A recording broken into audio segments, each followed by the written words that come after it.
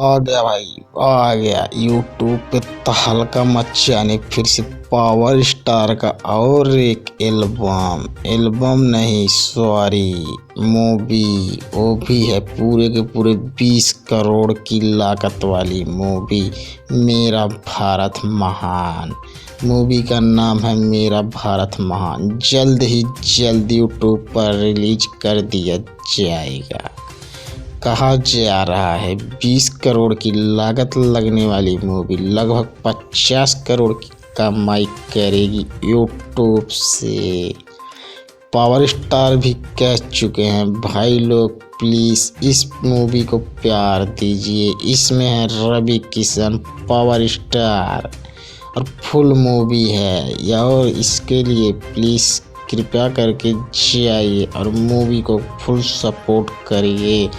Power star की movie है। धन्यवाद।